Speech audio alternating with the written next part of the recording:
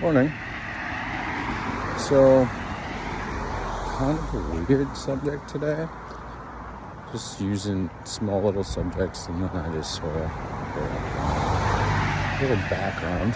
I am a certified personal trainer and nutrition coach with a lot of food experience.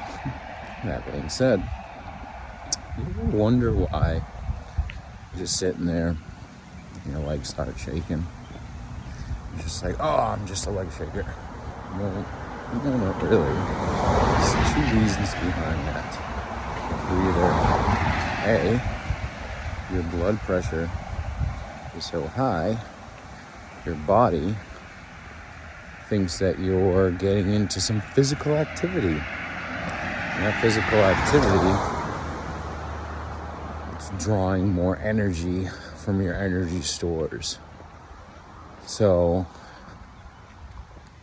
your blood pressure could be going up, your heart rate going up. It's like, oh man, you're about to run a mile or do something. So then it's like, release energy.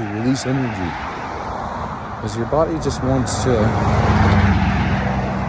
save as much energy, so it's not going to put it out unless it needs it.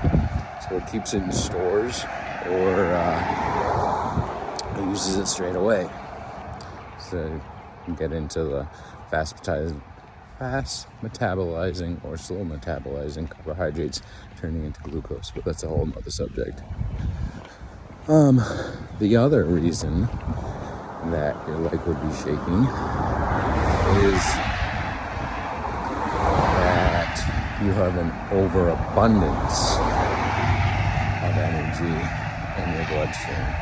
So say like right after you eat a meal or something, or you've been not as active as you should be, your leg will start shaking. But most often than not, it's because of a heightened blood pressure spike. Now, that could be because of anxiety, anger.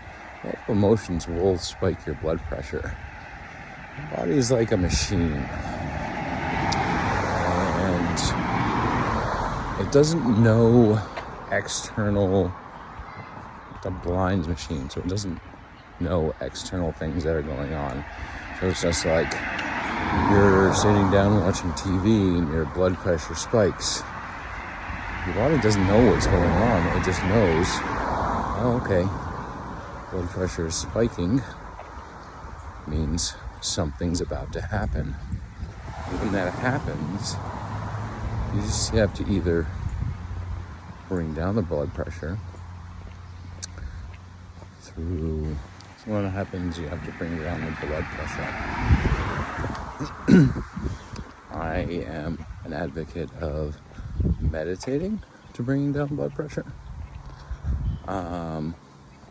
There's breathing exercises. There is the cold technique. Put something cold on your body. Your body's like, oh my God, what is that? So it sort of concentrates on that. It's like the old adage. It's like, oh, you have a broken leg. Oh, you want me to take your mind off of it? I'll smash you in the head. It's sort of like distracting your body. And that really technically does work. There's a lot of other different, because everybody's different. Everybody responds to stimuli differently. And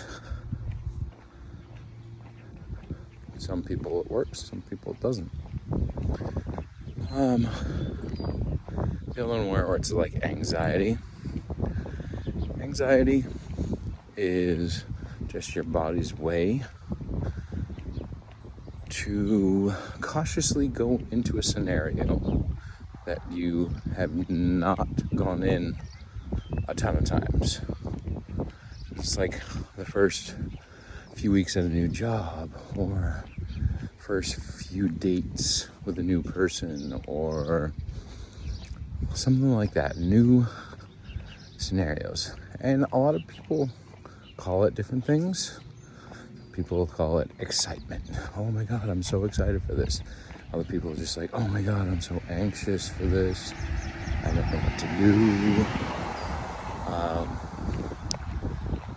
But in fact, it's the same chemical reaction. It's just heightened levels of the endocrine system, creating sort of like a really cool superpower. It like slows down time so you can be more cautious. It's a very primal. So when we used to hunt, we used to have this heightened sense of anxiety to slow down your breathing, slow down your heart rate, slow down the time, so you can absorb all the information of everything going around. That's all it is. It's like, a lot of people interpret it and call it different things. I, only in the last few years, have learned to decipher a little bit between good anxiety, bad anxiety, or even sometimes calling it excitement. It sort of rolls back to the accomplishments sort of talk that we had last time. But anxiety is not a bad thing, as long as you are using it for what it was meant to be. And it's just to slow down and absorb all the information of a new surroundings. And that sort of cuts a lot of the edge off, where it's just like acknowledging that it's just your new surroundings and acknowledging that it's just your body's way to deal with that. Then you just take a breath, blood pressure goes down, but you still have that chemical in your system to slow down and acknowledge everything around you. So then it kind of does turn into a superpower, because you're just like, oh, I am anxious or / excited for blankety blank. Take a breath, balance yourself out, and then you're good. You just enjoy the moment, live in that moment. Okay, I'm going into a new scenario, something that I haven't done before. Be very cognitive about the stuff around you. Absorb as much information as you can, because the easiest way to get rid of that, if you're just like, oh, I really don't like anxiety, I really don't like this anticipation. Okay, super easy, fast way to get rid of anxiety. Absorb all the information. Find out everything you can about the situation and acknowledge it. And then put it into practice. Is do that thing that makes you anxious. You're just like, oh, I've done it 1 billion times. I was like, no, because you're either not doing it enough or not absorbing all of the information. There should be some aspects that you're not viewing it. And sometimes having an external conversation with someone, be like, hey, I am having trouble getting over my anticipation of blankety blank. Be like, I have read all the information about this. It could be a fitness exam. We'll just say that. Okay, I've read all the information. I know all the stats. I know I can complete it, but I'm still anxious about it. Okay.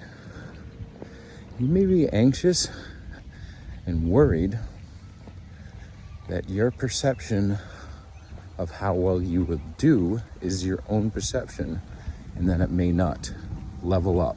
So it could be that you need an external source to view and acknowledge that you have completed it.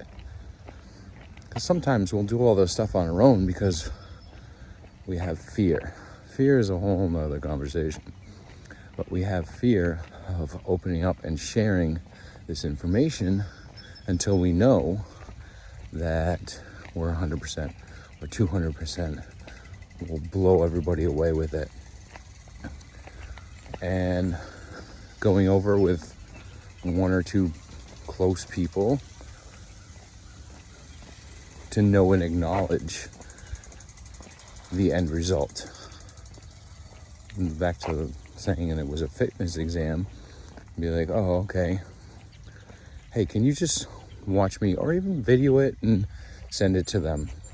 If it's someone that's far away or you can't meet up, just video your fitness workout if you're trying to meet a certain criteria, and then just send it to them. Like, hey, you know what?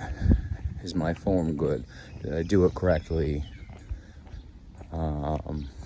Am I timing this correctly from point A to point B? Could be a whole bunch of, could be public speaking. Like, hey, I have a presentation. Can you just view this and give me your feedback? And that way, you actually come to when you actually have to put it up, and you're just like, well, I've already videoed myself. I already had 3 people ever talk to me about it. I already went over it. I've had constructive feedback from it. Implemented constructive feedback. You know what? I'm just here to get this done. Done it 1,000 times now. Absorbing the knowledge, using the opportunities as constructive feedback and implementing them. And most anxiety will be taken away from that. I'm going to end up the video. If anybody has any conversation pieces, or hey, you know what, I have anxiety with this, or just put the comments down below. Or if you have any topics that you want me to cover in any future videos, put it down below. Definitely looking forward to that. Okay, have a good day.